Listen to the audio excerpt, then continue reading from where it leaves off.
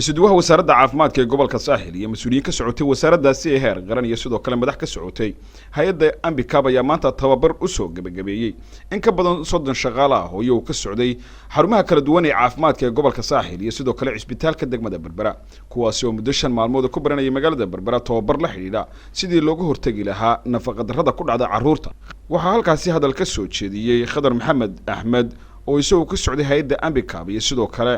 أحمد جامع isaguna ka socday wasaaradda caafimaadka dalkan jamhuuriyadda Soomaaliland oo ka waramay tababarkan iyo ahmiyadda uu leeyahay shaqaalahan qaatay 5 cisho inoo soo bilaabay maalintii salaasadii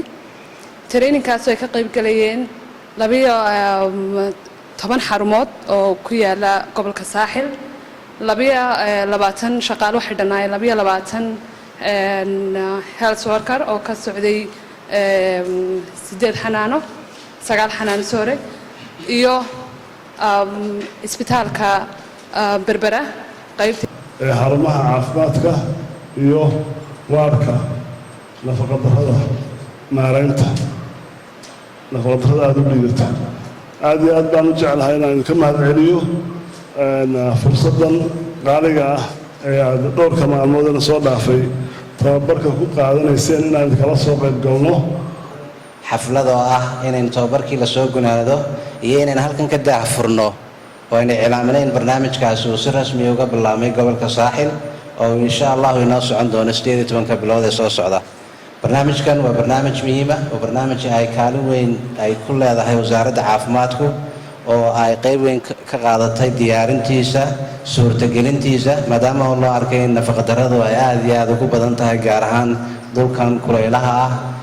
isuduwaha wasaaradda caafimaadka ee gobolka Saaxil Dr. Bashiir Diiriye Jaamac oo isagu halka gabagabadii ka hadlay ayaa hadal dheer oo dardaaran u soo jeediyay shaqaalaha kala duwan ee wasaaradda caafimaadka ee tababarkaasi soo qaadanayay muddada 5 maalmood tababarkan wuxuu ku saabsan yahay maareynta iyo daaweynta iyo go'aanka gaarista nafaqa darrada carruurta haysata ee 5 sano ka yar oo aan ka warqabno qaran ahaan inuu sareeyo loona baahan yahay استراتيجيات إن الله يمعدو أي كم يتهاي توبر كإن ما توفر لنا إن هوس لوديجو نفقة الرهذا هير كلاجو تلاجلي إن هوس لوجا ديمو كاسول لوجو تلاجلي إن مستقبل كلوايا علما نفقة الرهذا عن كور قبنا إنه نجو بديهين ظروف بدنا يكون حيران تاي نفقة الرهذا هذا يتهاي عبارها هذا يتهاي حالة حنون هذا يتهاي دت كان أو مارتي أدون كود يجد قالها هذا دت كا حيابا صورنا إني كبعيا أنا ما كرو قادان nafaqa darrada waxaan rajaynayaa tababarkaas inaad ka faa'iideen aqoon fiican aad ka hesheen intii hore u gashay iyo inta dib u gashayba ay maanta fahantay maareynta lagu maareynayo ilmaha nafaqada darrada leh ee bukaan socodka ah ee naqaano inagu outpatient ama